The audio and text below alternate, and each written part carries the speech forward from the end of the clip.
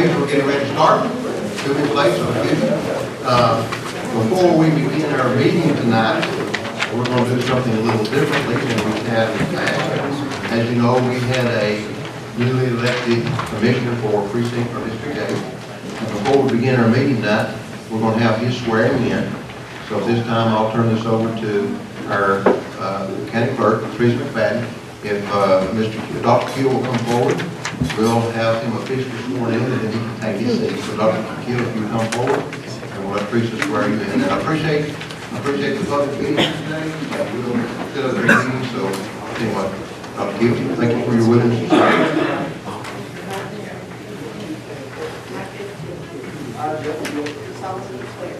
Solemnly swear that I will perform with fidelity the duties of the office which I have been elected which I am about to receive. I do solemnly swear to support the Constitution of Tennessee Support the Constitution of Tennessee and the United States, United States, and faithfully perform faithfully perform the duties of the office the duties of the office of County Commissioner of Commissioner representing the 8th District representing the 8th District of Coffee County, Tennessee. of Coffee County, Tennessee. Thank you.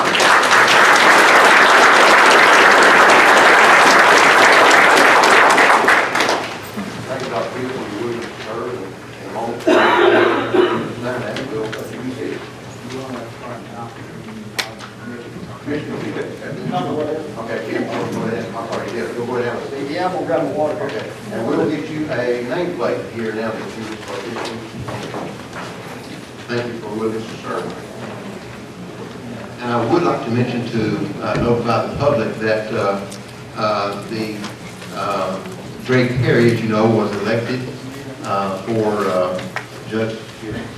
And talking with him, he can't serve until he's willing to come on April 13th. He said it'd take about a month or so for him to convert or change his practice over. So he's asked to be officially sworn in and start serving on April 13th. So I wanted to inform the public of that plan. With that in mind, I'll ask the sheriff to officially proclaim our commission open for business. Come to order, this commission is now open for business. Thank you, Sheriff. At this time, I'd like to ask Alex Robertson if he would come forward, please, to deliver our invocation. Alex, thank you. He's done this before, so please experience it now. If you would stand. Please stand and remain standing for the pledge. Let us pray. Father, we obey your word where it says in Timothy, I believe it's 1 Timothy 2, 1-3, where it says, first of all, I urge that prayers, petitions, and thanksgivings be made on behalf of all people, for leaders, for those in authority over you. So, Father, tonight, that is what we do. We call unto you out of Jeremiah 33:3, naming you over this county, naming you over this body. We thank you for every person that serves us in any way. And we ask in your high name for wisdom and revelation in the knowledge of you to fill our leaders and our public servants so that they would be able to perform their duties with righteousness and justice and bring honor to your name. And Father, we ask for the request that Jesus made in the garden when he asked that we would be one with the Father and the Son, just as they are one. So we ask for divine oneness and unity to flood our county. And we ask for your holy protection upon all of our law enforcement and upon our schools and upon this illness that is trying to sweep our land. We say protect our children, protect our young, protect our old, protect our vulnerable. We ask all these things in the high name of Jesus, because your word says you are the Lord, the God of all flesh, and nothing is too difficult for you. Again, bless this body. We honor their sacrifice and service, and we thank you that you use them as instruments to bring your kingdom into the earth to bless us. In Jesus' name, amen. Thank you, Alex. At this time, I'd ask Todd Crockett, Commissioner, and Nathan Burton, Air Force, retired from the Air Force. And at this time, I'll ask Todd to lead us in their pledge. Allegiance to the flag of the United States of America and to the republic for which it stands, one nation, under God, indivisible, with liberty and justice for all.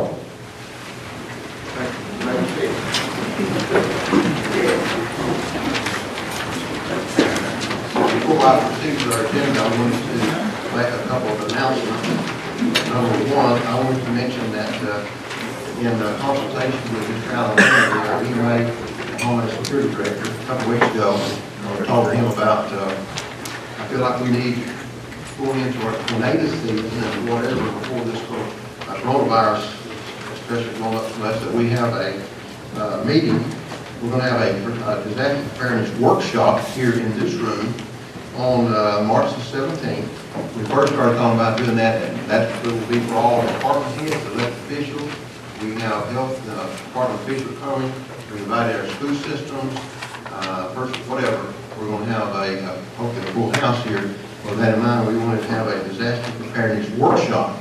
And in that, the first part of that, Mr. Lindley will have a PowerPoint presentation, which he will share about steps and plans that he's developed over the years for disaster preparedness.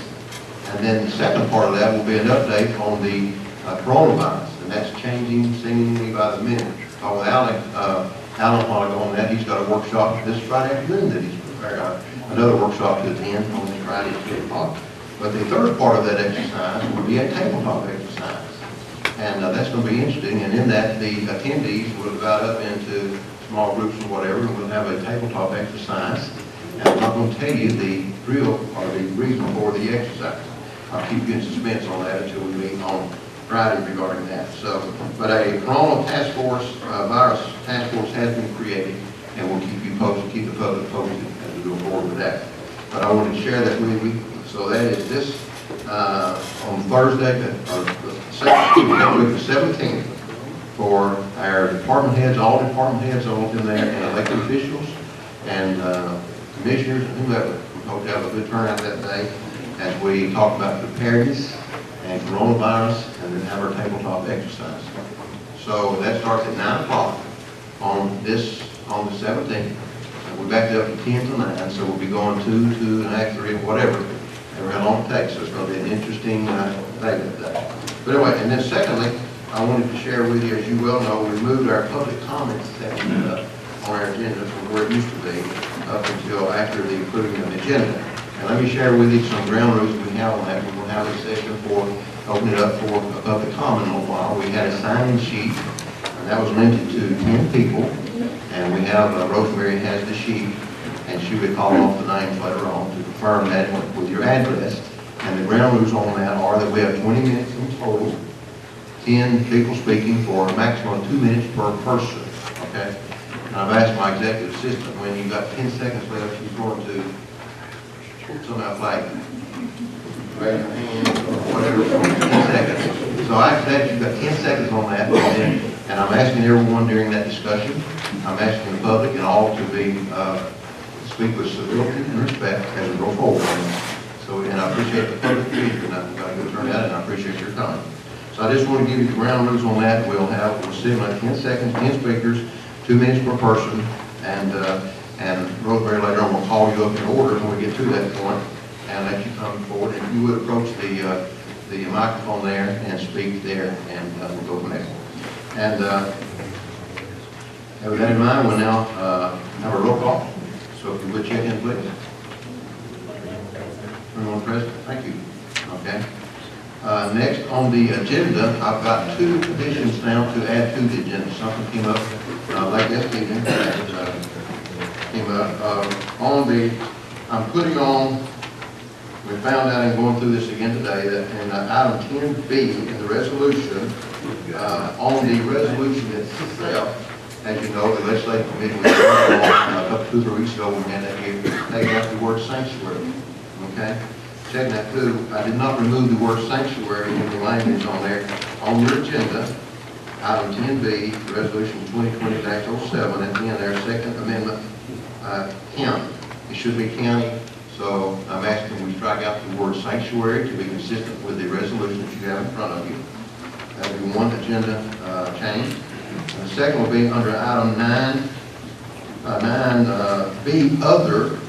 I'm putting on there planning commission appointment. Commissioner Hunt brought to my attention late this evening that according to our guidelines, the planning commission, that when a vacancy exists, and Mr. Morris did resign in December, so we have to go ahead and fill that. I was going to delay that to April, but we're going to deal with that today. So on your agenda, I'm asking you to amend that by putting 10 under B, planning commission appointment, okay? And then already under unfinished business 10A, we'll have, that's old business, so we'll have to move forward. Oh, excuse me, I say 9, excuse me, okay.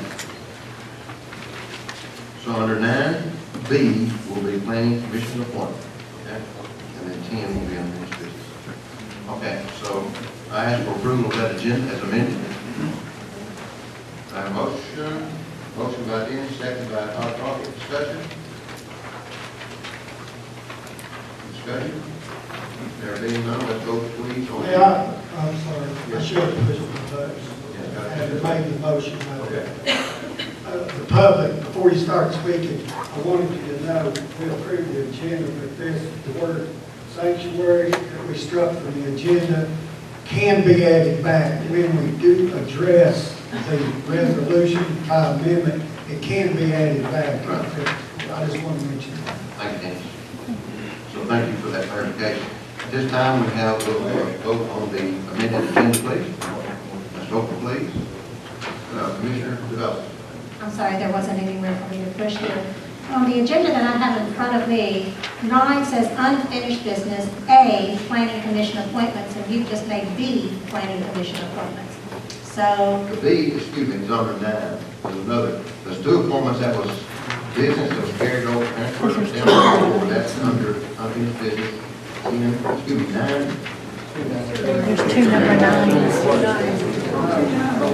I'm looking at 9, which Okay. says unfinished business.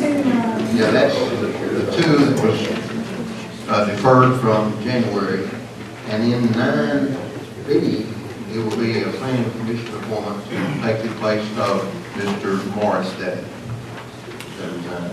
in So December. you've got planning commission A appointments and planning commission appointments B. So you have an A and a B that say the exact same thing? No, there's 2 number I'm 9s. sorry, I move, there's 2 9s, there's 9AB and then there's 9A.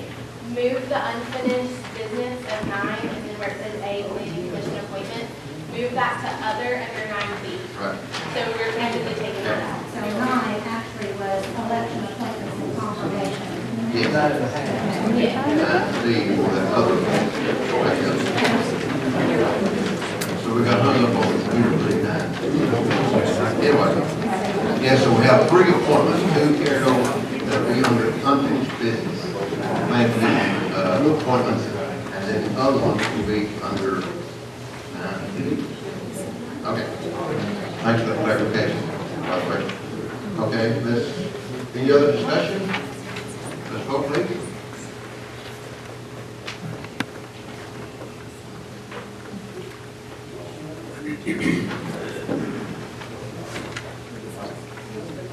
I think we're having trouble.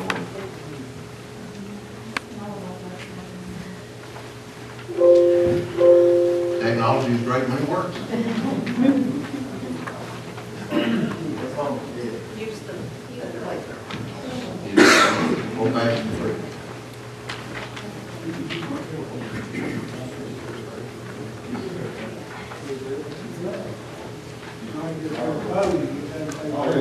Lot man knows.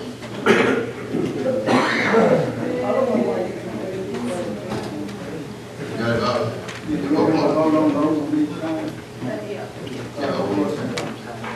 Yeah, thank you, 21 yes. This time we'll go into item 6, public comments. I'll ask Rosemary, she would read the name of the first person on the, and you have your address put on there, I think, for that, so I'll ask Rosemary to read the first person, and whoever come up, you've got 2 minutes. Thank you for coming. Lamar Wilkie from 784 Popular Lake Road, Manchester, District 14. Thank you, Lamar. Good evening, ladies and gentlemen. I'll try to get this in 2 minutes. Please try to listen fast. Despite claims to the contrary, lawful gun ownership has been shown to decrease violent crime rather than increase it. In 95% of reported cases, a law-abiding gun owner needed only brandish their firearm to cause an attacker to break off the crime and stop it. In 1981, Morton Grove, Illinois passed an ordinance banning gun ownership. In response, Kennesaw, Georgia passed a law the next year requiring every homeowner in city limits to own at least one firearm. After the law went into effect, Kennesaw burglary rate plummeted from 11 per thousand residents to 2.7 per thousand, a reduction of 89%. Morton Grove experienced a 15% increase in violent crime compared to the 3% increase in the areas surrounding the city. Let's talk safer schools. 20 states currently allow school staff to carry personal firearms on campus. There were 306 school shootings between 2000 and 2018. Not one of them occurred in any of the schools where staff could carry. They were all carried out in gun-free zone schools. Criminals will seek out soft targets because they know the risk of armed resistance is low. Gun-free zones are proven to be a false sense of security. Armed criminals prefer them. By enacting this resolution and making Coffee County a Second Amendment sanctuary, we aren't telling the world that we're a bunch of gun-toting, shoot-em-up rednecks. We're telling would-be armed criminals that we do not recognize state and federal restrictions on lawful gun ownership, that they will never know who is carrying or not, and that they are well advised to perpetrate their crimes elsewhere. Thank you.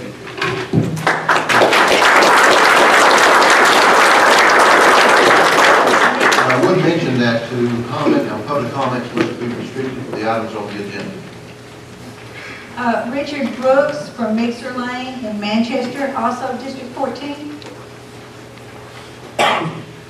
Mayor, ladies and gentlemen of the commission. Those of you that do know me know that I'm a military veteran, law enforcement veteran, and I spent several years protecting assets and people for the United States overseas. Firearms have been a tool of my trade since I was 18 years old. This Second Amendment resolution is not about firearms. It's about liberty. The Second Amendment is the very thread that holds the fabric of liberty together. And what we as a county are aiming for here is telling not only national, but anywhere else that wishes to infringe upon our liberties in Coffee County, we're not going to have it. Y'all are here as elected officials, put here by the will of the people who voted for you.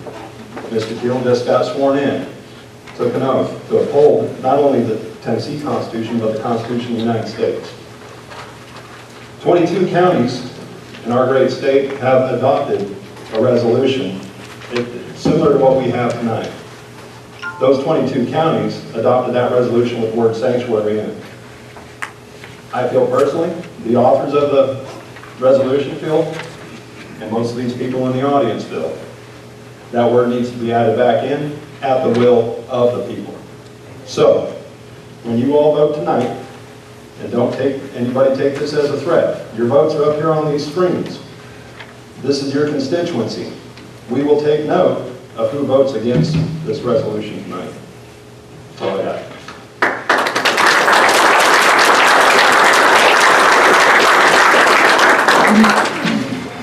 Anthony Henry from Anthony Mill Road, Tullahoma. Good evening.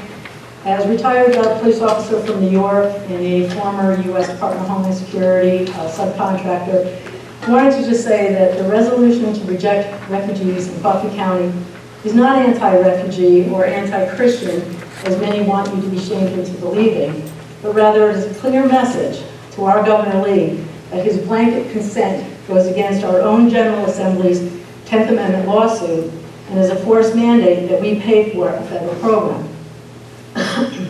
According to a Government Accountability Office report, which still holds true today, states, quote, "With reductions in federal refugee assistance, costs for cash and medical assistance have shifted to state and its local government." You may have heard refugees become self-sufficient within 6 months. The fact is, refugees can be on TennCare and in public housing and still be counted as officially self-sufficient by refugee resettlement agencies as long as they are not receiving cash welfare. This fiscal year, incoming refugees, including children, will each receive $2,175 from the federal grant programs. Refugees can then become dependent on state services. Each refugee resettlement organization, like Catholic Charities, can take up to $1,000 from that $2,175 for internal expenses. According to public IRS records, in 2017, Catholic Charities made over $3 million, and its Tennessee executive directors made over $116,000 a year. A very lucrative business. Again, this is not anti-refugee. It is rather about our state sovereignty and us taxpayers being forced to pay for what used to be a federally funded program. Thank you for your time.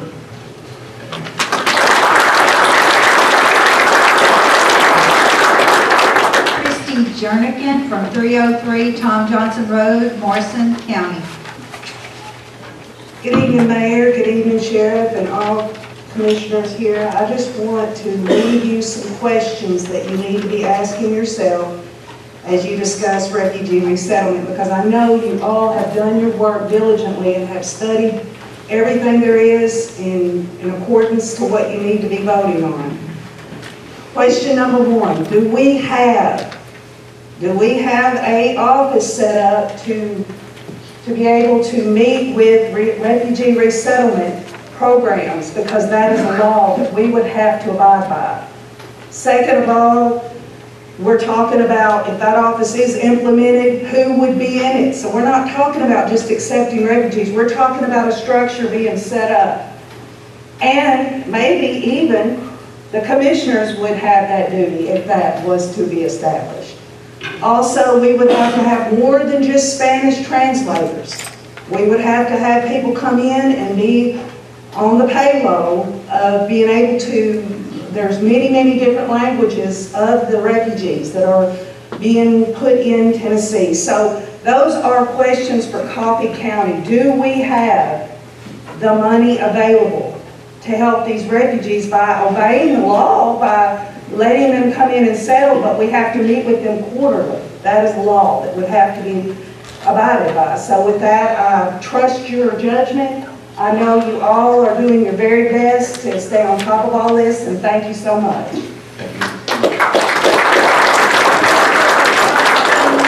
Thank you. From 237 Jones Village. Crystal? We're sorry, that was a mistake. I'm sorry, we just thought we were signing in. Sorry. Diana Smith from 373 Dogwood Drive, Manchester. Rosemary, she's coming in, will that only give us 9 and you speaking? That took 2 out right there, so they didn't say. We'll need to open it up so before we sign off.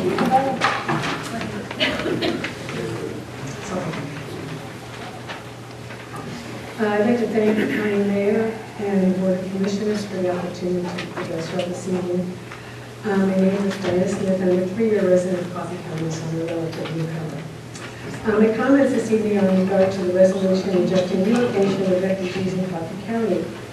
Specifically, a portion of the first portion of the third whereas, which states, whereas the acceptance and approval by the governor referenced above fails to specify any standards, requirements, or conditions, we, the county legislative body of Coffee County, feel uncomfortable to concur with that acceptance without further detail. Personally, I would like to commend Governor Lee on not providing any detail. I think it's of utmost importance in refugee resettlement that the local community, where they're going to be resettled, takes control of that and provides those details in regards to numbers, countries of origin, ports of entry, and anything else that county deems as responsible. In the process of refugee resettlement, you're talking about people who are fleeing no longer able to return or willing to return because of persecution. And they need to go into counties that are welcoming and want them. My experience here in Coffee County has been one of very generous people. I've volunteered at One Day of Hope, Tullahoma Cares Dental Outreach, I work at a local Goodwill, and I have been overwhelmed by the generosity and the hard workingness of the residents of Coffee County. And I feel that this county would be an ideal place to resettle refugees if they so decide to do so. They could provide a great example of how to be a civic, responsible, hard-working, generous U.S. citizen. I thank you all for that experience that I've had here. And I would be here to support any refugee in learning English as a TESOL instructor. Thank you so much. I appreciate the opportunity. Daniel Berry, 132 Linda Lane, Tullahoma. Mr. Mayor, Commissioners, Sheriff, I kind of feel silly because I don't have a prepared speech and everybody sounded so good before me. But I rise in support tonight of both resolutions that are on the table and urge Commissioners to vote yes. I think they both strike at the heart of what makes America the most unique country in the history of the world. And our Constitution acknowledges our God-given rights to bear arms, as well as the right to tell the federal government, state government, no, we're going to do what we want within the bounds of the law. I also urge you to add back in the word sanctuary city, nothing more than just to make a statement, because that's what this is. It's a statement that says no. Thank you. Leslie, Jamie Road, Manchester.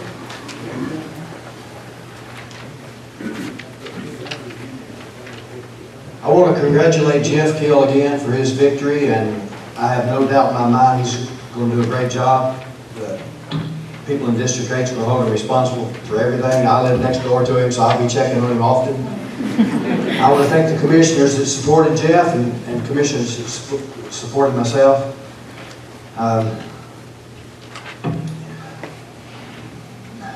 And I always forget what I'm going to say when I get up here. But there's one last thing I want to let all the commissioners know. A lot of you know it, and there's a couple that don't. If the commission desires the respect from the citizens of Coffee County, y'all must first follow the laws. Breaking the laws will bring us failure, more failure. Following the laws will bring us growth. We desperately need growth in Coffee County. Thank you. Anderson, 121 Brook and Low Circle, Manchester. Brook Hollow. Hello, my name is Julie. I live in District 3, Commissioner Crockett's district. I just wanted to talk a minute tonight about the importance of the Planning Commission. There are 3 seats that are open. You've had several citizen participation forms turned in. I'm not sure if every citizen who has submitted a form has been called, to come before you, or if you've gotten that information. But I think sometimes, even though you have well-meaning volunteers and people serving on committees for a long time, they may get, used to doing things a certain way, and that's not always the best way for us to go forward. I think there's a lot of value in bringing new eyes into the process. I think on the PDA, you saw a lot of accountability and change whenever you guys, you thanked the longtime member for their service, but you also, you thought there was another way to go. So I would just encourage you guys to fairly consider all the forms that have been submitted for that, because it's incredibly important. Thank you. We have 2 more openings for speakers. Is there anyone else who would like to speak? Let me get your information. Yes, don't everybody jump up at once. One more.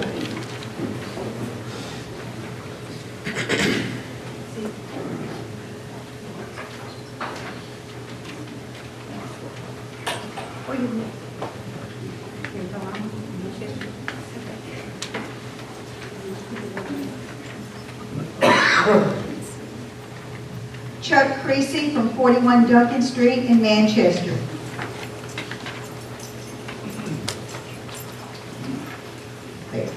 I'll keep it kind of brief. I'm sure, like a lot of people in the room, I took an oath in 1988 to uphold and defend the Constitution of the United States of America against all threats, foreign and domestic, and that oath is not. That's my law. Just saying it straight out. I have a Constitution of the United States. Anything infringing on that, I'm not going to obey it. Just upfront. Thank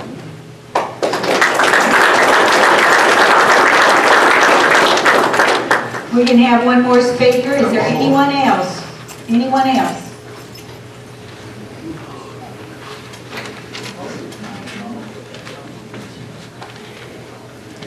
County, can you turn up? Now, when I start selling podium, I can a little hard to hear. One more person.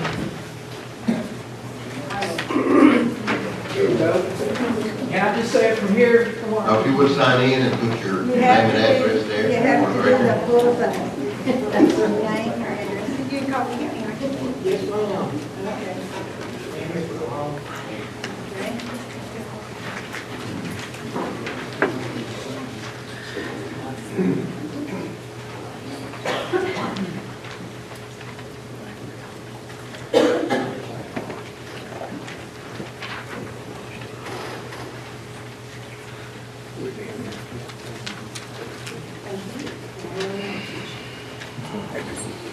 Come forward, please, sir.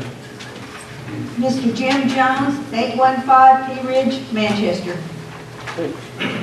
Thank you, Mr. Jones. You know, I've been here for a very good while, living, and I've enjoyed it. But you know, when it comes to the Constitution, I think we all, as kids, grew up saying the Pledge of Allegiance, respecting our flag, respecting our elders, trying to look out for the youngins that are coming up. That's what we need to think of when we vote on these amendments.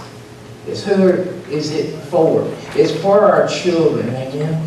Because we want to leave them something. And that Constitution is very important for all of us.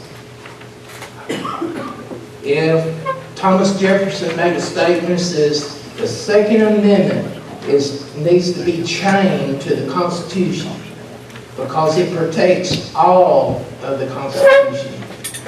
So I'm asking you, sanctuary is not a scary word. It's just church. I think we all went to church a time or two. It's peace. There's a sanctuary in Hunwall for elephants. It's a place of protection. That's what that word sanctuary means, protection. Do you understand what I'm saying? It's very important for we to vote yes. Thank you. Thanks, sir.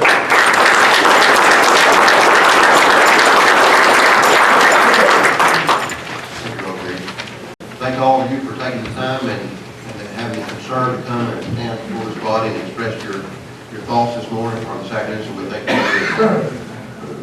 At this time, after public comments, we will move on to item number 7, review and approval of minutes of the previous meeting. Got a motion to approve? Got a motion by Mr. Ray, second by Ashley. Discussion.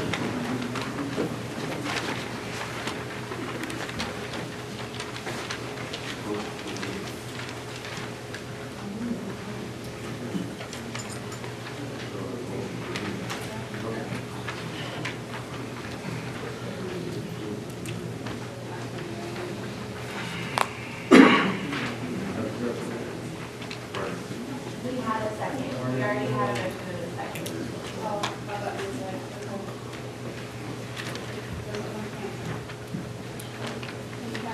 So you, okay. So there's not a motion to, okay. So we have a motion and a second on the floor, discussion about approving the minutes of the previous meeting.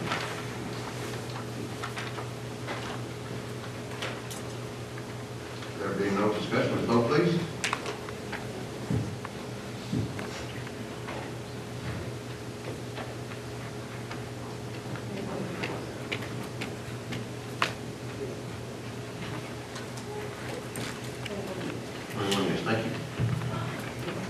8, resolutions of memorial, sympathy, and commendation. We don't have any tonight. Number 9, elections, appointments, and confirmations. 9A, notaries.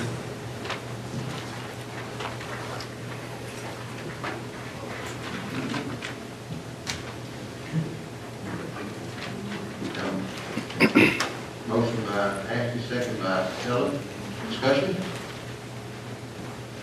Reviewing the notaries. Discussion? If not, let's go please.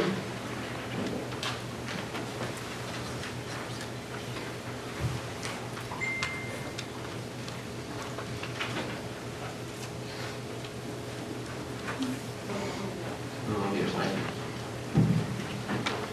9B, planning commission. Okay. On that, as I mentioned, Mr. Tim Marsh resigned that position in December, and today I'm placing in for nomination the name of Connie Green Sism to replace that position.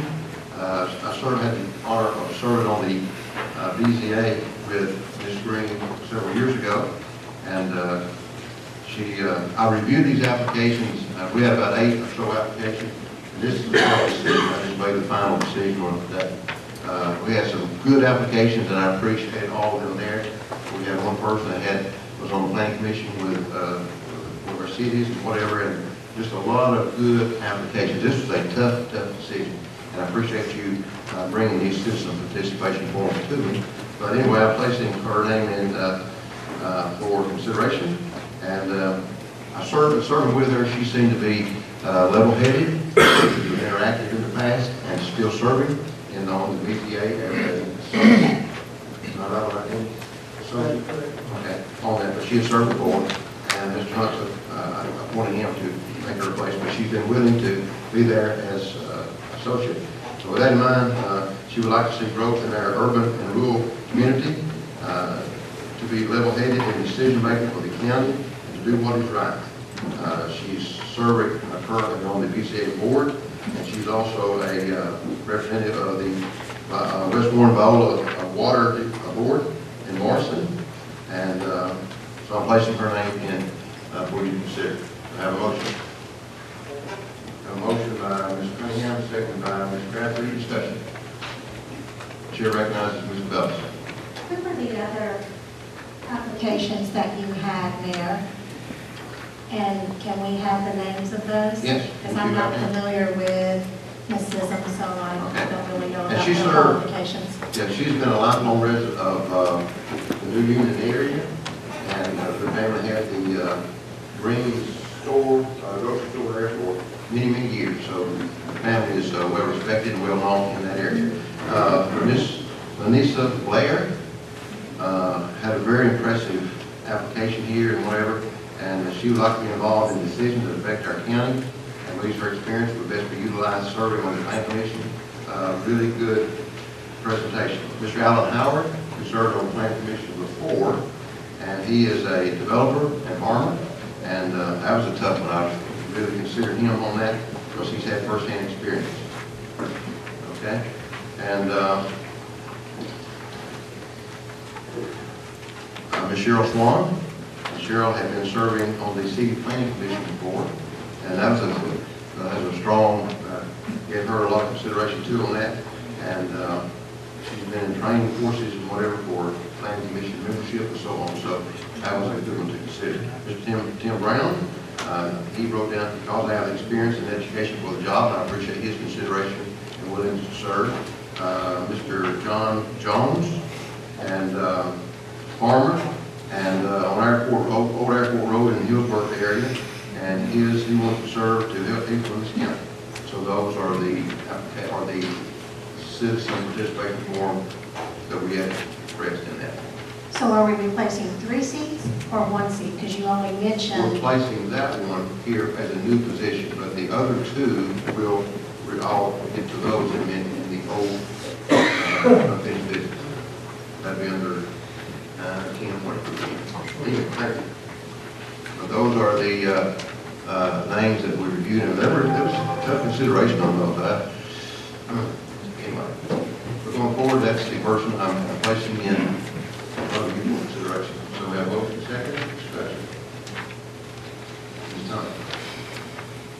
no doubt that Connie will do a great job because I worked with her in BZA. What that nomination and approval would do would be upset the balance of the BZA.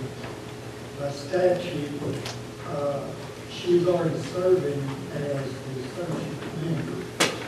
And if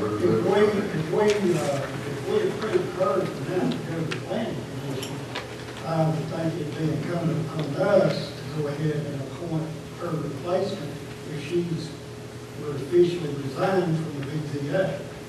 Because like I said, it upsets the balance of BZA. The commission is the one that nominates and appoints the BZA membership. So would that not be prudent? Not prudent to, for us to go ahead and name a replacement for the BZA? Now, to do that, we would need to change the agenda, which would take a 2/3 majority. We would add 9, the first 9, we would add 9C for appointments by nomination from the 21 commissioners, and then we would vote on the nominations for the BZA replacement, because we're doing a replace her. excuse me, Mr. Bryan, Commissioner Pratt, want me to speak? Bobby first? Okay, Bobby first. Ladies first. Mr. Chairman, in regard to the issue that Mr. Hunt raised in regard to BZA, Ms. Sisson was only serving on BZA as an associate member because at one time there was a problem in getting quorum, some of the members because of work schedules, whatever, and she agreed to serve in that capacity for that reason only, because there was some issue and concern about having a quorum for meetings. So you have the 5 members of BZA that are intact and are there, and therefore there has not been a need for an associate member of BZA for quite some time because a quorum has not been an issue. Chair recognizes Ms. Pratt. I guess, would we not have 30 days to also fill that position? Yes. So is it something where we can receive nominations and go through the next caucus and review those nominations and vote at the next commission meeting to fill the BZA should she be put on the planning commission tonight? Chair recognizes Ms. Hunt. As usual, I can't hear you, guys. Anyway, I would like to say, I think our minutes with the BZA would bear out the fact that Connie has said it as a 4th and 5th member more than once. So, yeah, she has, the associate member is an important position, and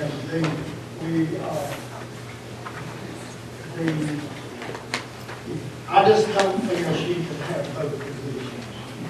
Because we already, if she put her on the planning commission, the board of zoning appeals requires 1 member only from the planning commission. Therefore, she would be ineligible to sit on the BZA because she's a member of the planning commission. I am on the BZA, I am the commissioner by statute, it's only 1 commissioner to be on. I just feel like it's an issue that needs to be addressed. And you have several names up there that we can act on for a meeting. I would suggest I would refer that to the legislative committee for them to review that, not trying to put that on them, but on that, because we can, I see no problem with reviewing that, and then if we decide to replace her, let it be done in April, not have the amended agenda tonight again, but we've already passed the approval of the agenda tonight.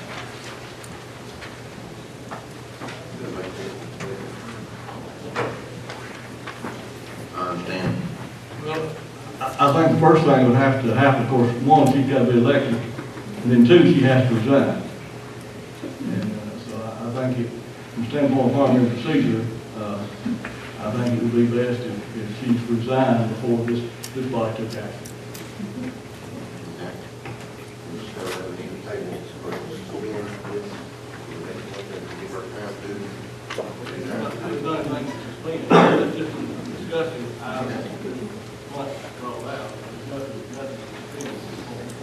If I may, are you suggesting that Ms. Sisson should resign before she's appointed to the planning commission? Is that what you're saying?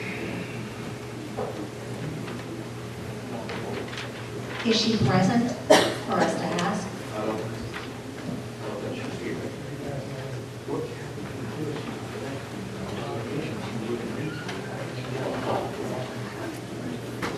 Resign after the election.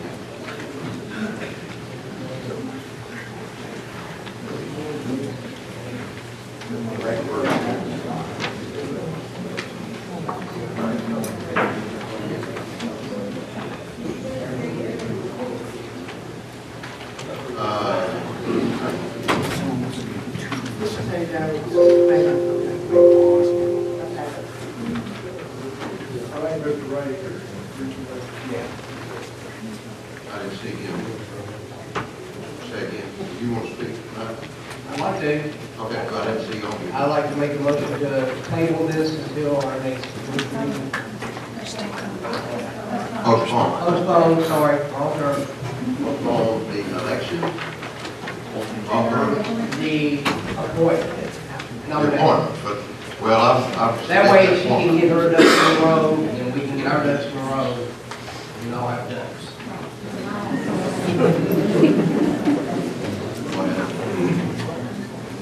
I agree with Commissioner Ray to get our ducks in a row, because if she resigns, then we have no need to come to legislative. It would have been completed, and then she would be nominated again in our next commissioners and voted on properly.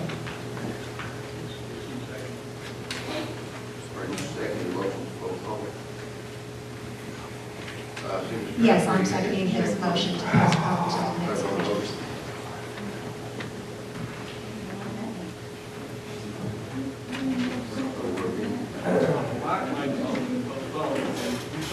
Well, actually, Ms. Commissioner Crappy, it says on there that she's already. That's the original. That's the original. Not the amendment.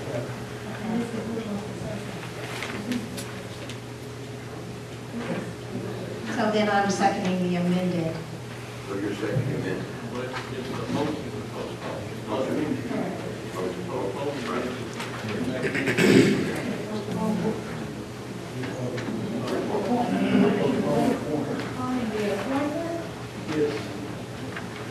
The appointment or the election?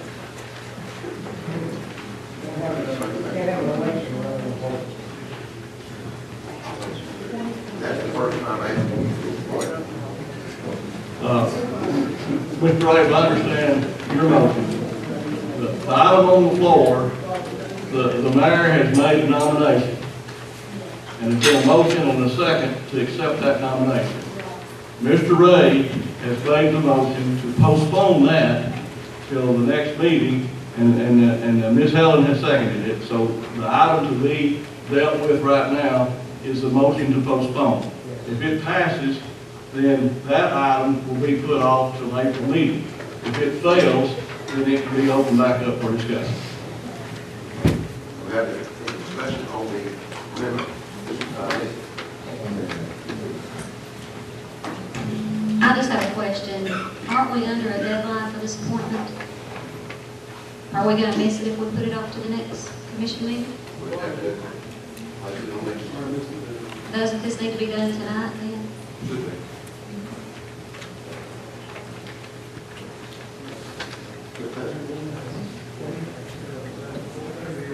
Mr. Gray, you asked next week so we could have the ducks in order, but if there's not an issue about the Board of Zoning Appeals until she accepts, until she's appointed to be on the planning commission, and then needs to resign, there's no Board of Zoning Appeals position to appoint at this juncture until she's accepted something else. So if you put it off to next week, you just got the same issue next week until after you voted on her appointment. Okay. I'm trying to stay with you here on this. But if we go ahead and nominate her, She's been nominated. and you know. And appoint and vote to do that. She's still on the BZA. Is that not correct? And then she could either decline the appointment here or resign from the PTA. I mean, PTA.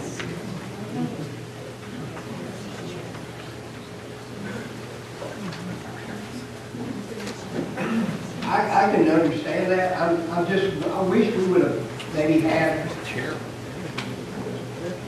the cart before the horse on this. I'm not sure that is a resignation. I don't know, maybe I'm wrong there. It's kind of like saying, asking her, you interested in this position? She said, yes, I'd like to have it, so you resign from the other, and then they don't appoint you, so you resign for it. It'd be kind of unfair to the individual. Well, we didn't know who any of the committee, any of the people were to begin with, because we never got to see a list of who the candidates were, much less who the pick was. So it seems to me that cart is way behind that horse. So if we need to do this, I'm going to defer to Mr. Petticoat. He's got more knowledge than anybody in this room. And I'm not saying that because he used to be my boss. It might be with him one day, but I'd like to at least get some clarification from him. And I would defer to his knowledge because he's been doing this longer than a lot of us. Mr. Ray, in reference to what Mr. Husky said, it would be unfair to ask her to resign before she is elected to this position. So honestly, my standpoint would be, that'd be almost like the person, quitting a job before they have another job. And so with that in mind, by law or by all statutes, she can't do both. So if she's nominated tonight, if she's accepted tonight by y'all, she has to make a decision to accept this position that y'all are wanting, that the mayor has nominated her for, if y'all elected, or she can decline it and stay on that other position, and then next month we'll have to nominate someone else. One other question then, am I allowed at this point to withdraw my amendment? Your motion to postpone, you're allowed to withdraw it if the person who seconded it is in agreement. She has to speak, and I'll read what it says, and then I'll decide what I want to do. Well, my question is that I would think that the person appointing them would have known that there was a conflict, and he would have asked that person before asking her if she wanted to accept this position. So was she asked, and did she say, okay, I'm going to withdraw from the other committee, with you knowing that this would be a conflict? You know this is going to be on the agenda for us to present. Okay, so then my next comment would be, is that we have, since that is a conflict, and I agree that it would be inappropriate to say, hey, you want to pick this other one, so we can take care of this other one. But we have 5 other very good candidates. So could we not just go ahead and choose from one of those for us to vote? Because I don't think that any of those have a conflict. And then there are 2 other positions, as I recall, that have to be positioned or filled also. So can we not choose from one of the other 5? Okay. Let me ask you, the 2 others there that I'll be bringing up later would be the reappointments of Carol Willis and Mr. Paul Elam that was postponed in the discussion from whatever. So if you want to add those 2 to the mix, but those are the 2 I'll be recommending we appoint for the postponement that wasn't acted on or wasn't conducted in January. I think there may be more discussion on those 2 appointments that you're There might be. wanting. There might be. But that is the name I'm placing before you tonight, and this says. Chair recognizes Mr. Brown. Mr. Chairman, the point that Mr. Hunt has raised is in question. Mr. Hunt raised his point, and I question whether that is a statute or is even a legal issue. He raised it as a personal issue. Mr. Hunt serves on Planning Commission and BZA himself. Therefore, I don't feel that I have had established to me the legality or the statute legality of what he said. I think he expressed an opinion and an interpretation of what may be written somewhere. There never was an associate member of BZA for many years. And I've already mentioned why Ms. Green was serving on that BZA. But I agree with what's been said already by our parliamentarian and our attorney. You know, that it would be fair to ask Ms. Green, Ms. Sissom, to resign prior to her being appointed for this planning commission.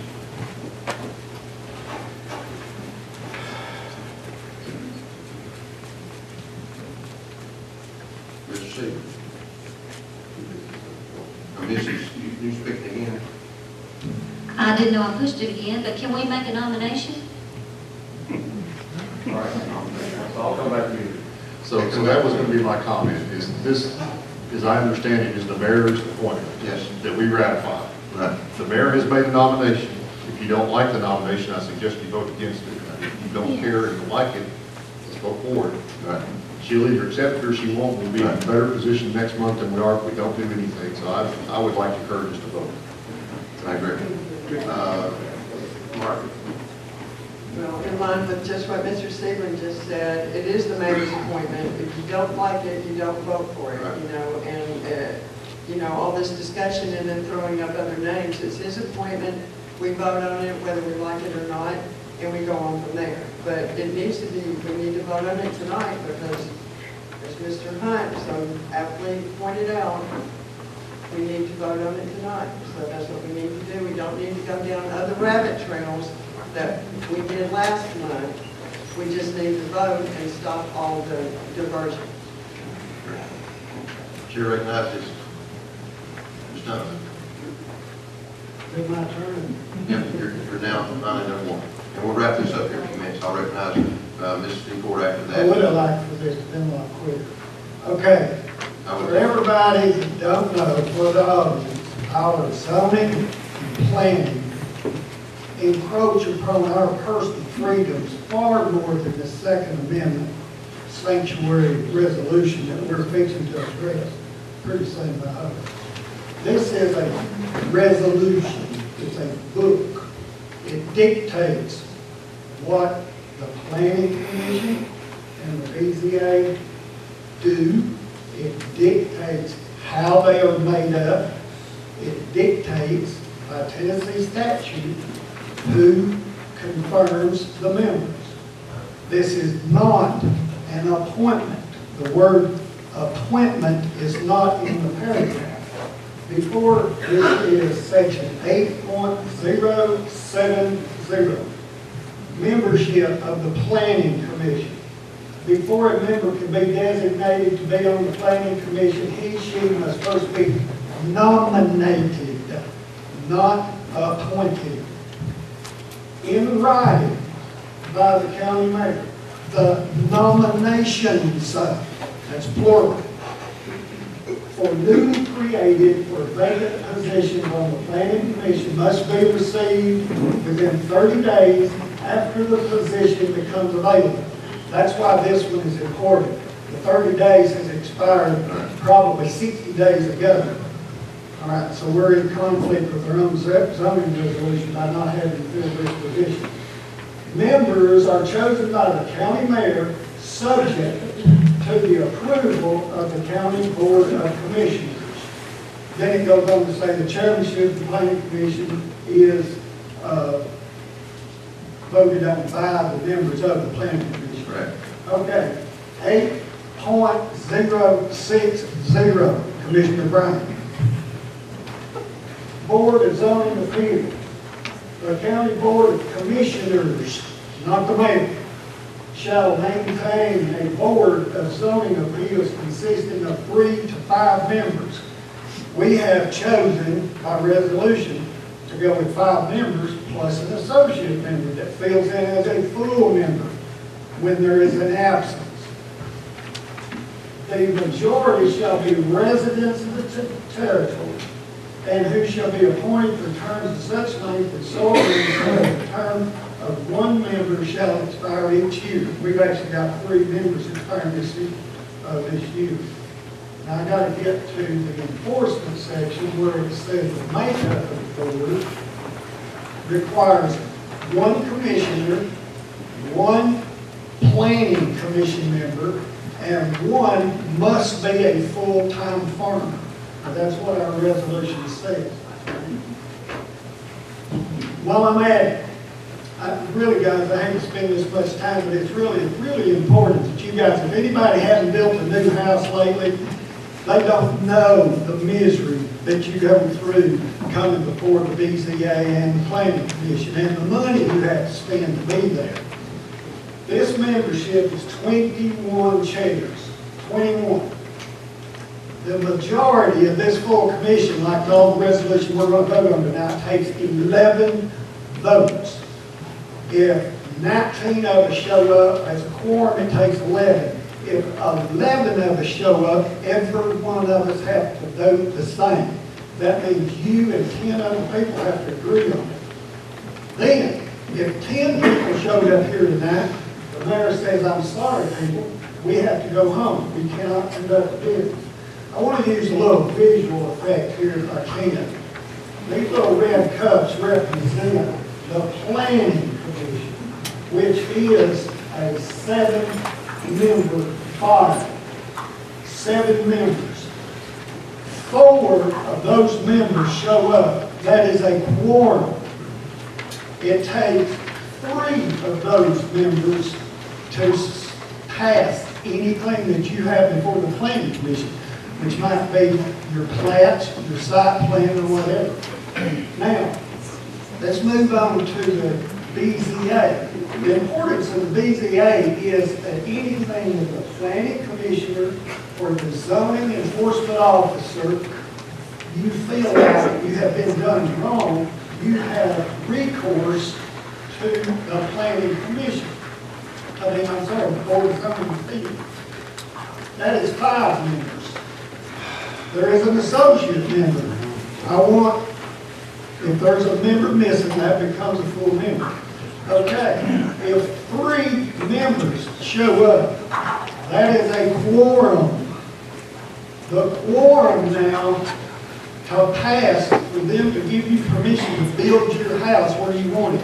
Because your grandfather planted a holly tree somewhere, and you need to shift your house over. You can't do that if you get too close to the parcel line unless you spend $200 and come to the BZA.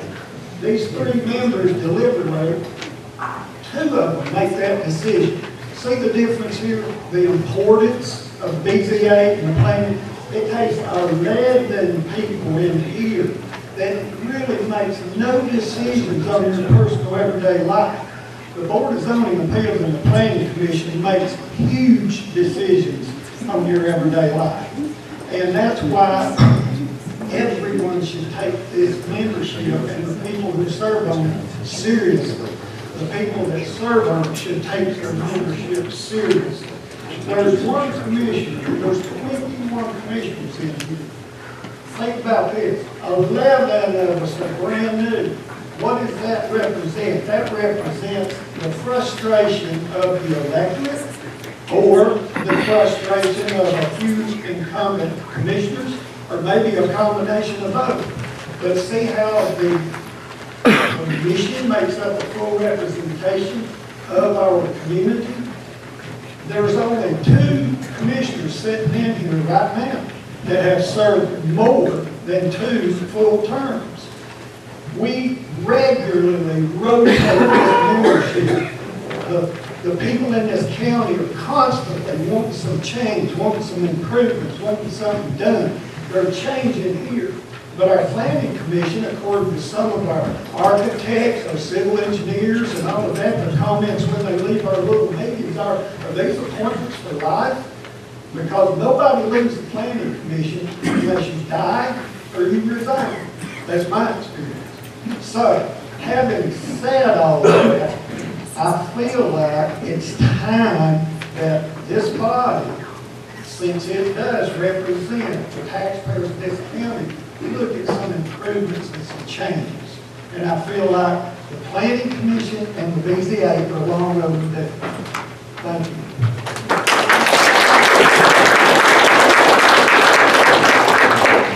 I promise I'll be quick. Mr. Thank you. Seymour, Margaret, I don't disagree with them at all. I know this is your appointment, Mayor. I was just curious. Nomination. Yeah, nomination. I was just curious, since there was a controversy, if we could nominate somebody, but I do agree with what they both said. Mr. Hunt, for you to say that the planning and zones book encroaches on personal freedoms means that you don't enforce the codes, the county laws that were passed that you're supposed to be representing on that committee. And for you to basically trash the codes and zoning like it needs new changes, it's been there for many years. If we didn't have it, we would have Lakeland Parks and Oakley subdivisions all over this county. That's what planning and codes has done here. So for you to bash it, I'm not sure you're not the one that does it here, in my opinion. But for you to do that, and under our committee member statement, it says, Coffee County Planning Commission, appointed by county mayor, approved by legislative body.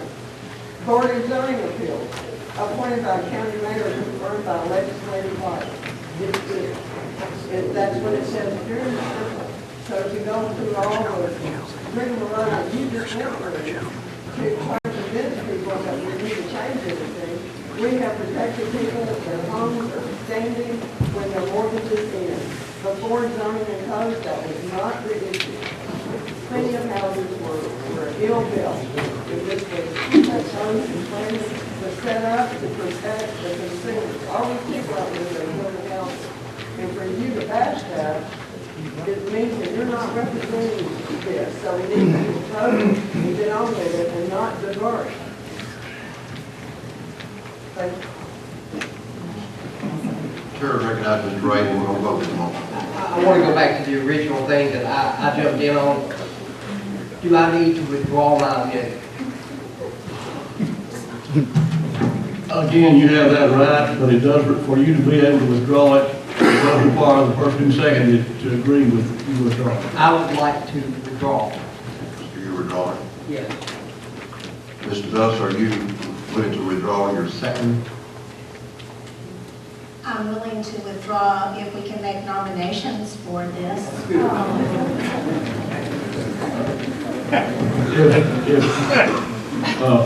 Mr. Ellis, if you're not willing to withdraw your second, then the commission has to vote whether or not to allow this motion to be withdrawn. Okay, let me ask a question then. So if I withdraw my motion, then it means that we postpone it. But then can we have another motion on the floor to open the nomination? No, because then I said to postpone, so I don't see that I have any option but to keep my second and to postpone it because I'm going to open it to nomination and not take on this system. So, Mr. Ray, with that, you are unable to withdraw your motion.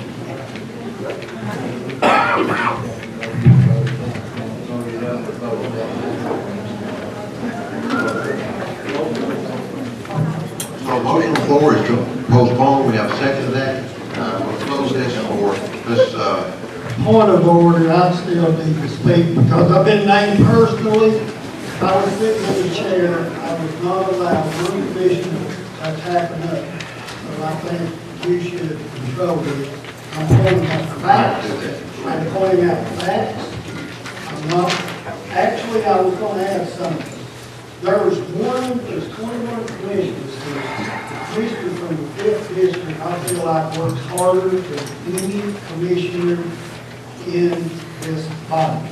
That would be, if you look at his notebooks and all his notes and everything, nobody on the planning commission, nobody on the BZA besides him work as hard in that position as he does in the commission. I do want to compliment him on that, even though he doesn't spend me on those. So, I have to give you an example, guys, to back up what I'm saying. The last planning commission meeting we had two commercial companies come before us. They were required inside a chain link fence, and our zoning resolution required concrete or asphalt. We chose to allow a third option that's also in the zoning resolution. Mr. Chairman, I call for order. Agricultural I think related. we're taking this down, discussion is something that happened in committee, then it doesn't need to be discussed on the floor. I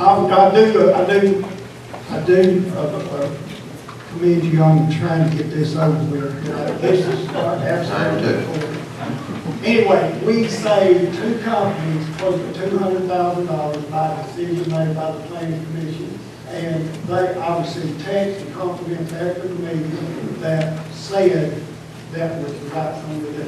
So I'm just saying, there are things that can be done to improve the development in this county. Chair recognizes Mr. Miller, then we're going to vote on the motion to postpone. The only thing I have to say, it may be in other people's minds, I only know one of these people that have applied, so my vote is ill-informed anyway. I'm going to have to take somebody's recommendation. Thank you. Okay. With that in mind, let's vote, please. On the motion to postpone. Voting on the motion to postpone. Mr. Chairman, you're clarifying the motion to postpone the nomination of Ms. Brett. Yes. Connie Van Sism. Yes.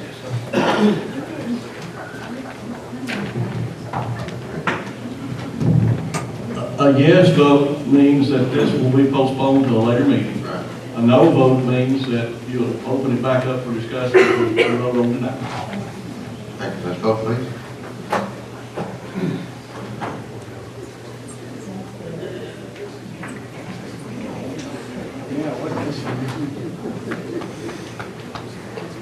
This is going to be interesting.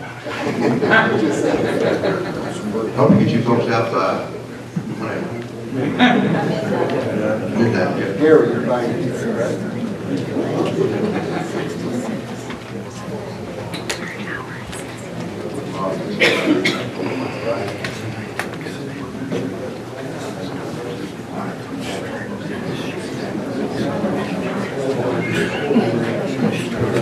Three yes and 18 no. Motion on failed, now we're voting for the original nomination.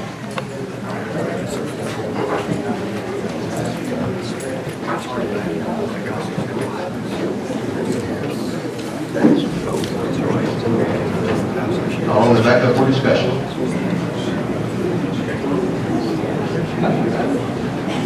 I got it. Going over for discussion again on the original. Question call for, let's go please.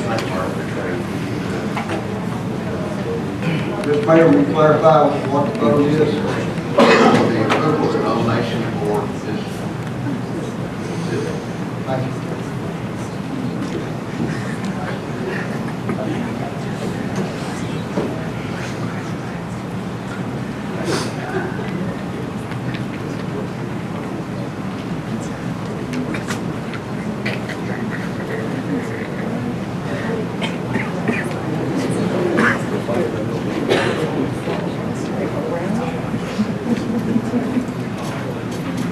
Question call for the next vote.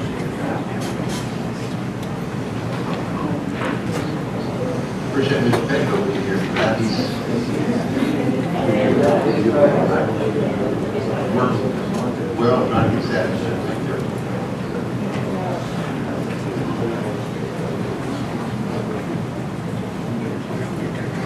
Being sure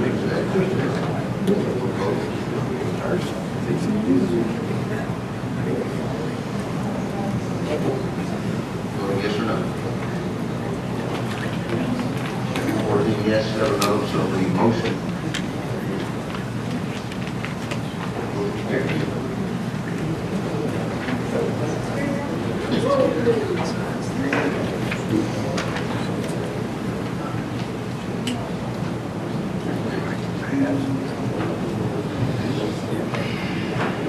Okay, the second number now, which should be number 10.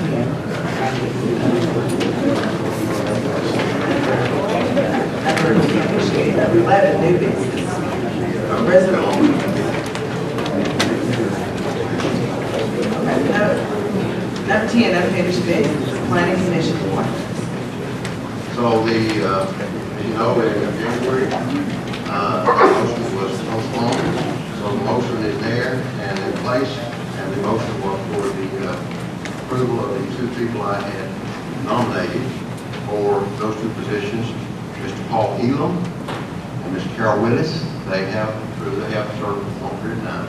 I do have forms for them that they have filled out, and I called each of them, and I did some classes with each of them to determine if they were willing to continue serving, and they both said they would like to continue serving.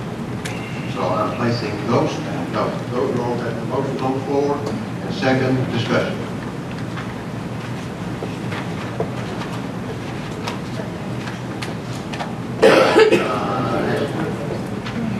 You're recognized, Bill. So in January, this was postponed because we had some questions and concerns in regards to attendance from the two people that were on the planning commission that are in discussion. So with some information I just want to discuss regarding this. Overall, for the planning commission, 2 meetings were canceled last year due to no quorum being available. Those were March 2019 and November 2019. 3 companies had showed up to speak at the November 2019 meeting. That is also the only one that has an attendance sheet. The March one did not because it was not a policy at that time. The 2, nominees in question, Mr. Elam and Ms. Willis, were both absent for the November 2019 meeting. With that said, Ms. Willis has missed 2 of the last 3 planning commission meetings. She also missed 2 total in 2019 and then 2 in 2018. Mr. Elam has missed 1 of the last 3 meetings, but he did miss 3 in the last year. So I do want to bring this to your attention that attendance was a concern in January, which is why we postponed it. And those are facts as to why we did. And is it a decision that you want to make to, approve these people being on the planning commission again and knowing their attendance policy? Ms. Phillips. Okay, I understand that you can make a nomination, so we still vote on them. But I have some concerns about how we are nominating, or you are nominating these people for these committees without us knowing anything about them, and then we come here and we vote on them. There was, I'm bringing up maybe something I probably shouldn't, but there was a committee that you appointed having to do with the census, and I received an email today having to do with some concerns that there was some conflict of interest and approximately $6,000 that was spent that shouldn't have been spent. Again, this is from. Okay, so I'm looking Not at. related to voted hand, I'm sorry, that's not related to voted hand. Okay, We need to keep this to what we're talking about right now, and we can bring. so my concern then would still be that we need to have nominations of people that we can maybe not interview, but we need to at least know who those individuals are so that we can make a valid vote on those individuals, not just by someone who told us that this is wrong up to a point. Mr. Chairman.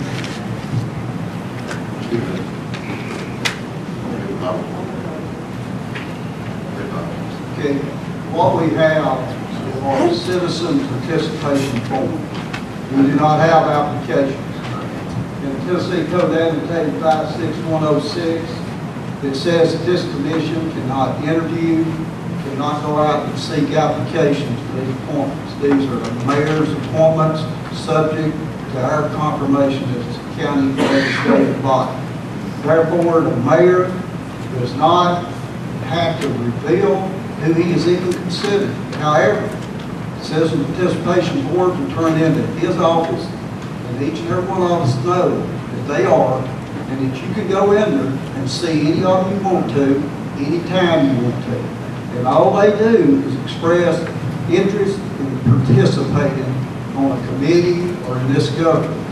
The mayor can select from that group if he wishes, or he can nominate someone that's not into him that quick. Now, that is the law. Now, whether we like it or not, that's just all personal opinions. I would say that Mr. Elam, he did have some health issues last year, and I talked to him on that. He's feeling much better now, so he's willing to serve. Mr. Chairman, I would like to have the chair recognize Ms. Willis to come up and speak for herself because she's been harassed and bashed, not only in this meeting, but in the last one, and she deserves to be Thank you, Ms. Willis. Yes, I appreciate you considering me. I have served on this planning commission for quite a while. I do recognize the fact that sometimes my job, which I work at MTSU, and I have done that for the last 30 years, that sometimes I have to meet at night, and it's on a Tuesday night, and I'm sorry for any inconvenience, but I try to let them know. I have also told them that I need to be rescheduled for my seminar to be on Thursday if I'm elected again to serve here. I have served Coffee County for several years. I do represent Coffee County, and it's, I know some people here feel like we need new blood, but I also feel like experience says a lot too. I have been faithful in other ways. I've served Hillsborough community in a lot of different ways. And I am sorry that Dennis did not discuss some things beforehand with us. I think we could have talked about this long before it was brought in January. I voted with Dennis the last time that we voted.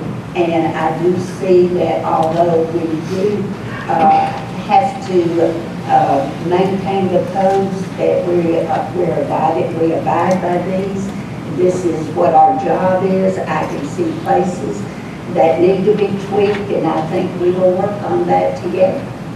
So I think this is a time for cooperation rather than separation. And I would still like to see the place that Gary put me in. Thank you. Thank you, Ms. Willis. Okay. Any other discussion? Yeah. 2 minutes.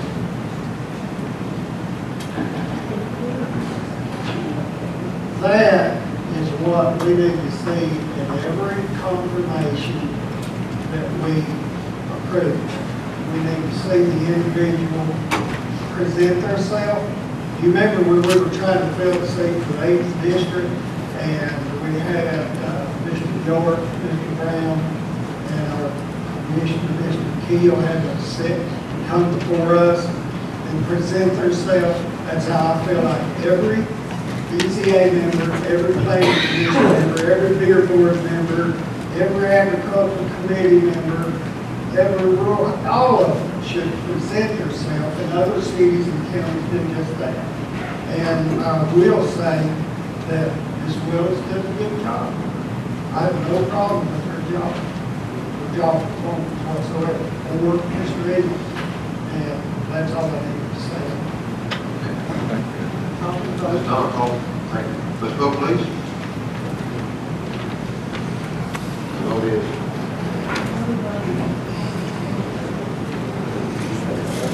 Right, call it 2.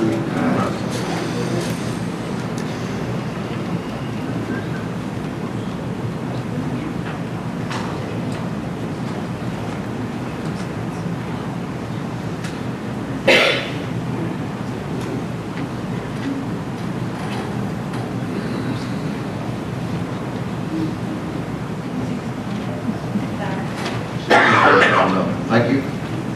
Commissioner, thank you for your willingness to serve.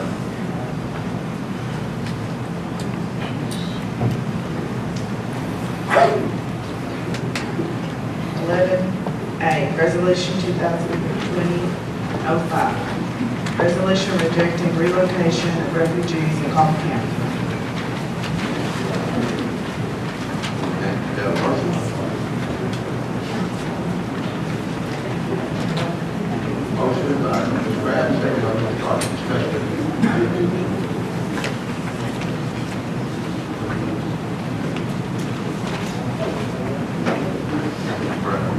Chairman, I guess, I'll try to kick this off a little bit, and hopefully we'll have, some discussion, debate, and, I guess the Chairman had to temporarily step out. Ms. Roxanne, if you don't mind, would you read this resolution in its entirety for not only this caucus, CLB group, which we have a copy from us, and all of us have had, but I'd like for the members of the audience to be able to hear exactly what you're thinking about this resolution. Whereas President Trump, by Executive Order 13888, determined that wherever possible, the relocation of refugees in American communities should be implemented only with the consultation and approval of the state and local governments.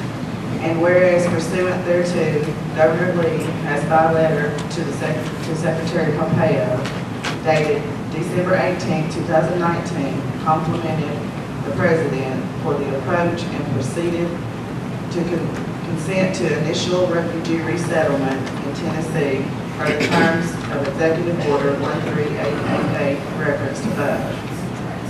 Whereas the acceptance and approval by the Governor referenced above fails to specify any standards or requirements or conditions, we, the county legislative body of Coffee County, feel uncomfortable to concur with that acceptance without further detail.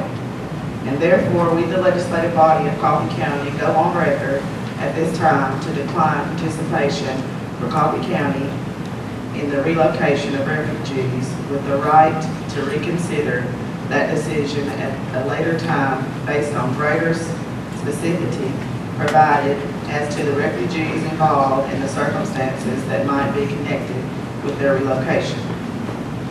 Now therefore be it resolved by the County Legislative Body of Coffee County, Tennessee, meeting in regular session in Manchester, Tennessee, that the body does hereby reject and decline to participate under the provisions of Executive Order 13888 in the relocation of refugees in Coffee County with the right to consider that election upon further delineation by the government of the conditions of any such relocation.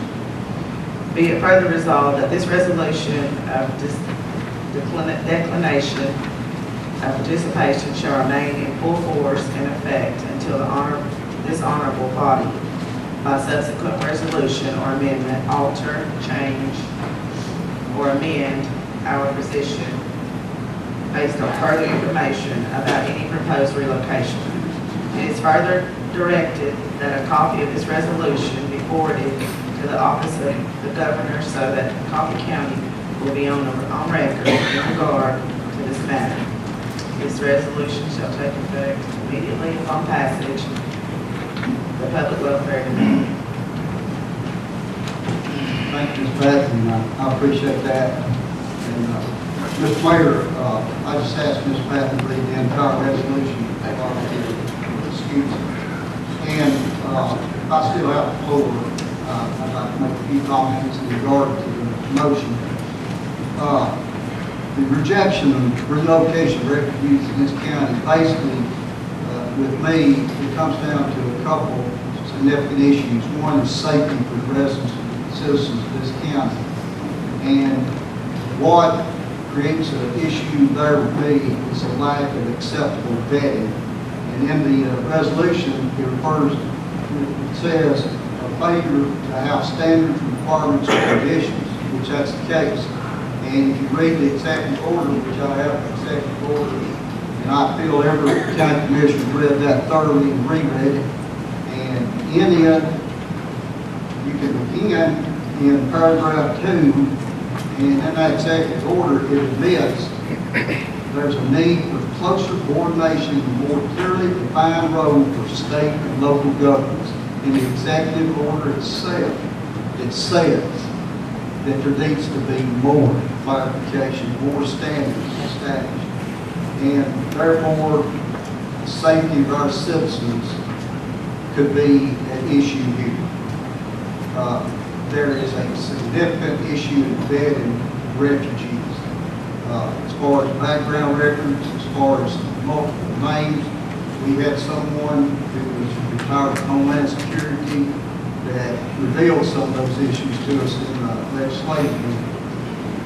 The other issue is a fiscal funding issue, cost, to make it simple. And let me sum it up by saying it's unconstitutional for the federal government to transfer the total cost of its programs to the state without an appropriation by the General Assembly of the state of Tennessee. That's the reason the state of Tennessee has filed a 10th Amendment lawsuit, because the federal government has acted unconstitutional in doing this. And it also refers to any branch of the state government. And the governor, as chief executive of the state of Tennessee, he sent this forward. He sent consent forward. But the executive order says you have to have local and state consent. Now, some may not agree, but I feel no action or silence equates to acceptance. Therefore, if we sit back, and that could be applied to either of these two resolutions tonight before us. And I feel we need formally, in written form, and that's this resolution, we need to take a stance. And as I believe as old Kenny Rogers said, you either stand for something or you fall for anything. And so I think we need to take a position, we need to do it formally and right. And there's a number of other issues. There's one that comes down here, and when you read the title, it confuses you. What it says is aliens cannot be a public charge to taxpayers of this country. They just recently finally got that out of court, where DHS now can enforce the fact that an alien has to be self-sufficient, pre-sufficiency when they come in this country. They can't come in and freeload on the taxpayers for all the benefits. And a lot of times it comes down to buts. And one of them is right here with these. And, you know, we can smile at that, but it's really not even funny, but because you know who got excluded from that? Refugees. You got to go to the last paragraph, and they excluded refugees. So that means that doesn't apply to refugees. And also, just about the same time, this is in February, Social Security Administration also, you can pull this form, and as Dennis said, sometimes you get too much paperwork, but Social Security just removed the inability to speak English as a factor in awarding Social Security disability benefits. They just recently did that. It's been there in law, but now finally, here on the 24th of February, they finally said, you can't get Social Security disability benefits because you claim the criteria that you cannot communicate in English. And so what a lot of this boils down to is the cost that gets associated with this will come down to local government. And local government will be the one that have to pay for it. And one final thing, and I apologize for maybe sharing too many related things, but the county mayor is the one that has authority to opt in to this. In other words, you've got to concede, you've got to opt in. County legislative body is not required to do what we're looking at doing tonight, to pass a resolution to opt out or decline to participate. But the resolution, I feel, is important because it's our decision for the mayor to consider. The mayor, the chief executive officer, is the one that makes the consent decisions. But at least as representatives, hopefully we're representatives of this entire public in this county.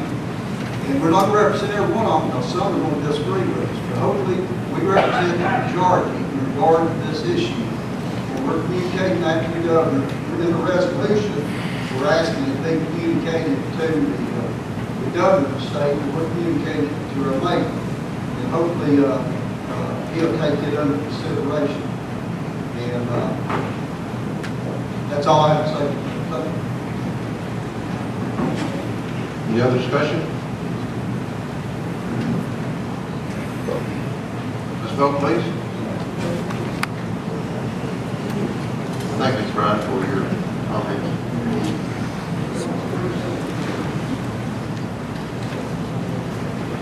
Thank you for the concern that's expressed by the people, the public to be here tonight as well.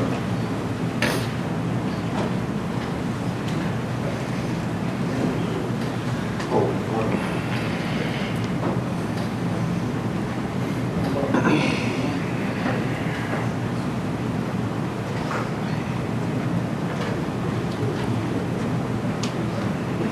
we'll wait until our other commissioners.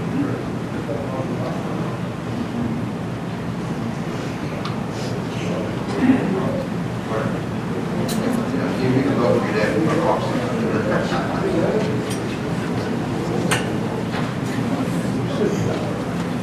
We'll thank the public for their patience.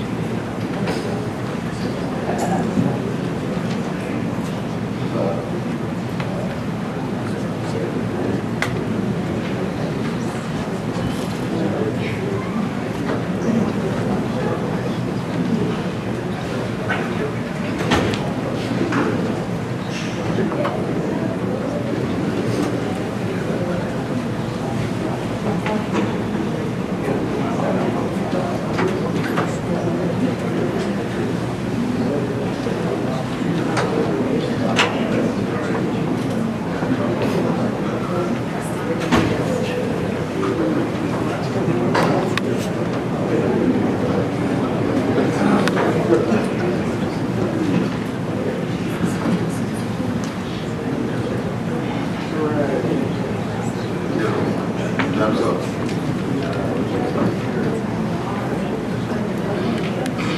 Everyone, yes? Okay. Thank you. Thank you.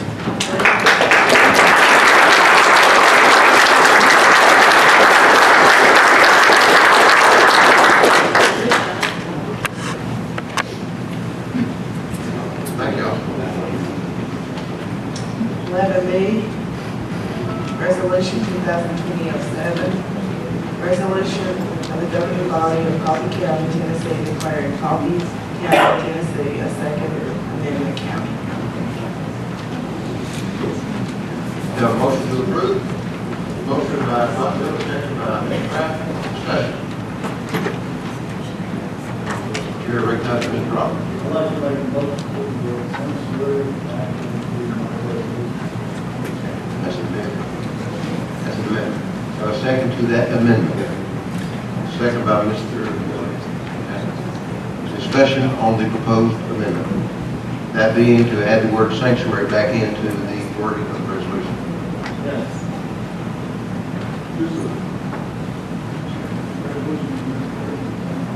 Its original form. It being the original form, because the word sanctuary was in the original. Okay. So his amendment is just asking for that word to be added back in there, so that would put it back to the original resolution. This is the facts about some of our neighboring states, Virginia, Kentucky, North Carolina, Tennessee, 326 counties or municipalities have adopted this resolution. Have adopted this resolution. Say again, Todd. It said Virginia, Kentucky, North Carolina, Tennessee, just those 4 states, 326 counties or municipalities have adopted this resolution as the word says. Only one in the state of Tennessee that opted for safe haven. It's the same word. Safe haven, sanctuary. Throughout the United States, 34 states have opted for 1,010 counties or municipalities with the word sanctuary. We've also had an online petition in our county of over 1,000 people that have signed up on the internet or personally signed it in 2 different locations. The last thing is, I just want to say, vote against this resolution. be a vote against the Constitution, and constitutional rights of our constituents.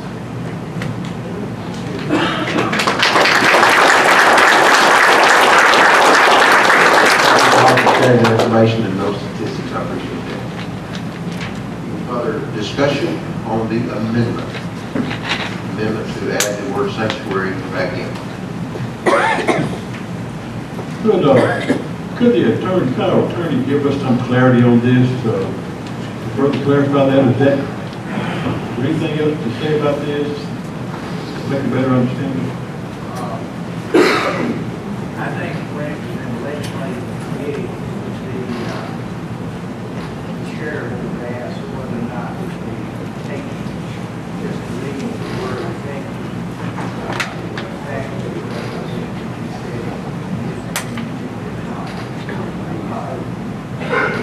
issue about the word sanctuary, the only reservation about the use of the word sanctuary is not to give credence to the Bob, could you speak a little more, please, or close the mic a little more? It's not to give credence to the sanctuary cities like you have in California for the illegal alien saying you can't remove the illegal alien because it's a sanctuary city and you can't arrest them, those type of things. Just to avoid any conflict or appearance of that. There's a reason the issue being brought up. The net effect is the same with or without the word in there. It's just things we as a county, we have our constitutional right and the spirit of the constitutional right that we want to protect. And it says the same either way. And I guess what Commissioner Crockett was saying is he won't hire just mirror the exact same thing, but it's got every word in it the same basically, except that just not to have that connotation. I think it's something most people in the county before, whether the word's in there or whether it's out. I don't think that matters as far as the fact. It's been like the idea of giving credibility to what we know as a sanctuary illegal aliens.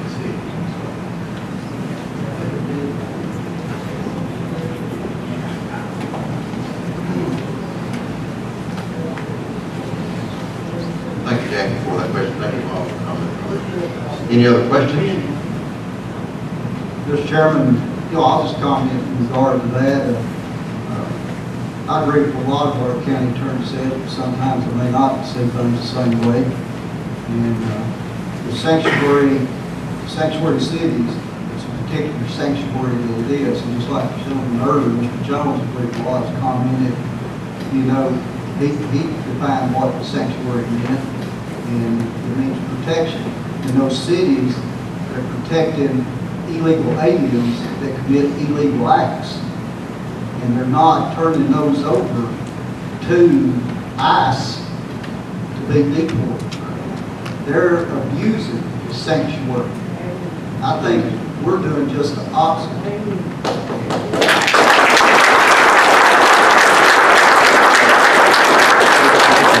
I just want to call a vote. Okay. Voting on the amendment to add the word sanctuary. Add the word sanctuary back into the resolution. Vote, please.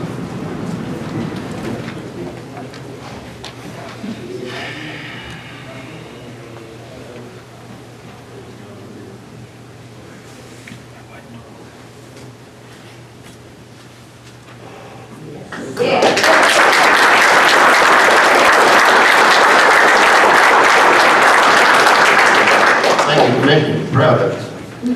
Okay, now we'll vote on we'll go back to the main motion, that being to vote on the resolution with the word sanctuary in it. We have a motion, I think, do we have a motion earlier? And a second. Any further discussion? Any more discussion? Chair recognizes Bruce Siegel. We're going to give it, All right, Nancy, give me the floor. I'm going to take it. You know, sometimes people talk about constitutional rights, and they seem to think that that belongs solely in the purview of the courts, and I don't think anything can be further from the truth. And it may be that, you know, some folks say that this resolution doesn't have any immediate effect here in Tennessee. Well, that's probably true, because I don't expect our legislature in Tennessee to do anything now. But I think it's incumbent on all Americans and I don't mean, and not just government. I would like to see, I'm very concerned about First Amendment rights. We've got a gentleman sitting on the first row that's suffering for his First Amendment rights. And I think that it's incumbent on all organizations that want to be American to support the American Constitution, whether that be businesses or executive branches or legislative branches or any other form of government, and citizens in their homes need to support the Constitution of the United States. It is just a piece of paper unless we actually act on it. And I think this sort of resolution is a strong statement that citizens of Coffee County believe in the Constitution, want to see it upheld, and I think that needs to be said over and over to the next generation. I appreciate you guys being here tonight. Okay,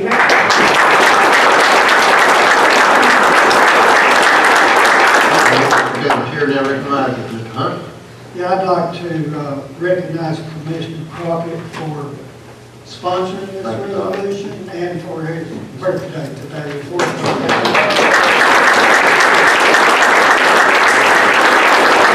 I won't sing happy birthday to you, I'll spare you that. I'd also like to continue this resolution can probably be accurately described as symbolic in nature, and we do not make laws, contrary to a lot of common beliefs in the community. We do not make laws, but I feel, first of all, I'm lifetime NRA member, so I support this 100%.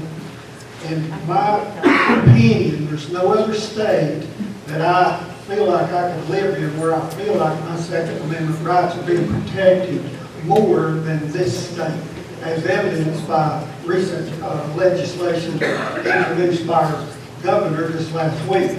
And without invoking any political party into this, we do send a message. This is a single message here, but the polling place is the place to send your message every year. Who you vote for. We have sent the right people to Nashville over and over again in this state. In fiscal 2018, Tennessee ranked in the top 5 of fiscal responsibility. We were actually number 3 in 2018. 2019, we finished number 1 in fiscal responsibility. And that proves that we are sending the right message when we go to vote every day. And we've done this without an income tax. Think about that. I'll show you just a little bit, but this is a good resolution. Call a vote. Sir. Call a vote. Thank you. Okay, let's vote, please. Thank you. Commissioner, thank you for your comments. Appreciate your concern and your passion.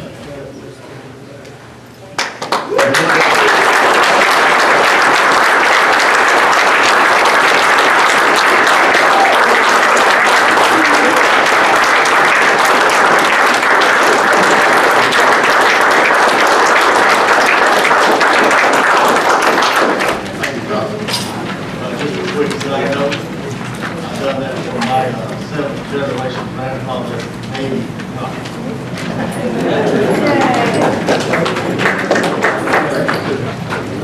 They would be proud of you.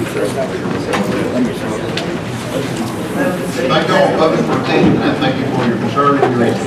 Resolution 2020-08, resolution encouraging the support of legislation which directs TICU to reimburse our ambulance providers at a rate not less than the current Medicare fee schedule and adding funding to the 2021 state budget.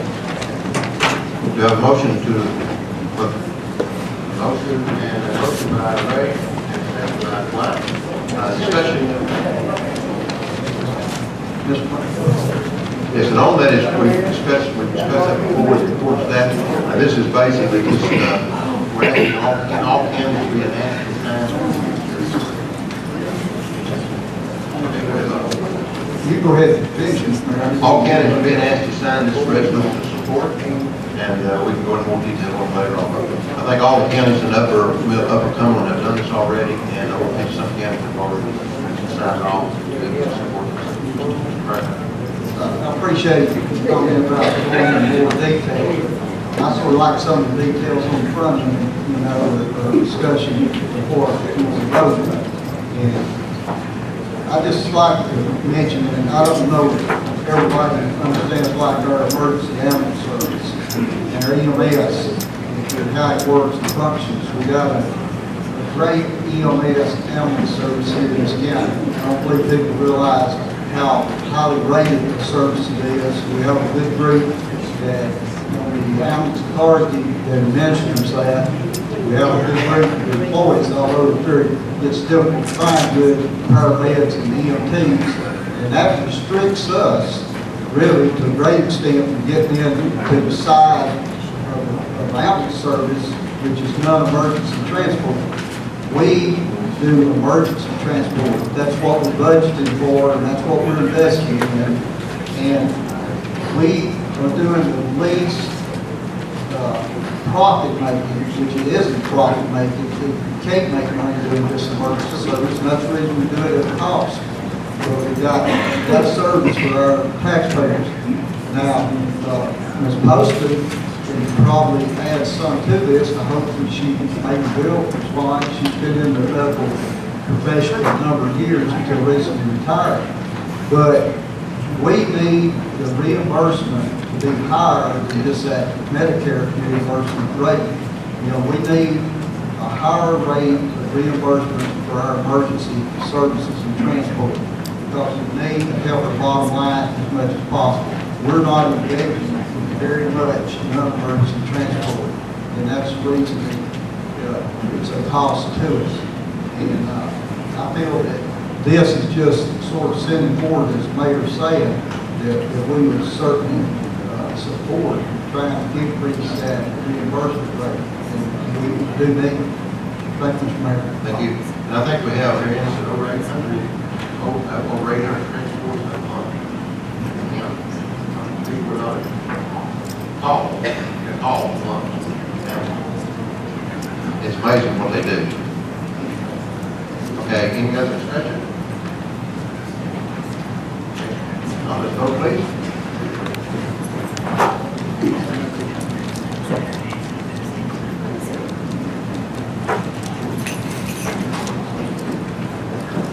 Everyone, yes. Thank you so much. Thank you. 11D, other, intervening other, little reports from committees, standing committees, budget and finance. We are going to meet Tuesday the 17th, and we've got a few issues to vote on that require some money. So if anyone's interested, it's mainly on the train initiative and refinancing of school bonds, and maybe another couple of issues. Yeah, I've got a couple add-ons on what you got there. Legislative committees. We met last week and we're having another meeting Thursday, but in the last legislative, which a lot of people attended, covered all of the resolutions that we voted on tonight. Also, we, John Marshallsoni and Joey Hobbs are reviewing the guidelines for the investment committee. We should have something back to us by next week. Okay. We're also have a committee to review the procedural rules because the last time that they were amended was in 3/24/2015. So we are reviewing those to see if anything needs to be updated or added. Also, we also initiated an ad hoc committee for planned growth. And that's all we discussed. Thank you all. Good report. Health, welfare, and recreation. Health, Welfare, and Recreation had a meeting on the 5th Tuesday, well, we actually meet on the 5th Tuesday of every month at 5 o'clock. This past meeting, we had the opportunity of meeting all the volunteer fire department heads, thanks to Commissioner Hollingsworth, who set that up and orchestrated it.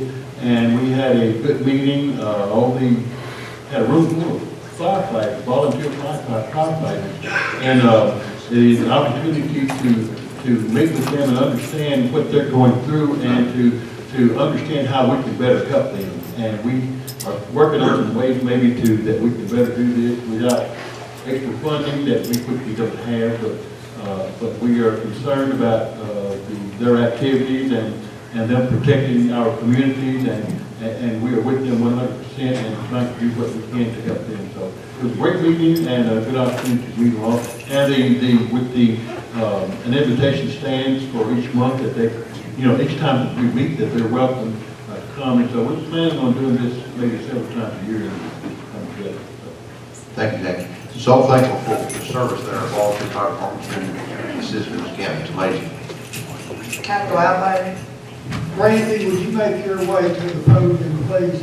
Capital outlay had a direct conflict of monthly meeting with an elected official in the PBA last Thursday. So we postponed our meeting. The train energy savings package was passed by PBA, which is now in the hands of Budget and Finance. And did Robert call you today concerning possibly changing up the plan on curb replacement? We talked about a few things. Yes, sir, he did in that, yes. Okay, I'm hoping that you can get the budget finance pretty quick so we get this thing moving and see if there are actually savings there. And that's basically all capital outlay has to report. So we appreciate you being involved in it. Yes, sir. Law enforcement. We have a meeting this Thursday at 4:30. Thank you, Missy. Personnel compensation. Okay, I don't think February we didn't have a meeting. We have a meeting at, It's coming Monday. not this Monday, 16th. That is next Monday. Yeah, next Monday the 16th, I'm sorry. Next Monday the 16th at 5.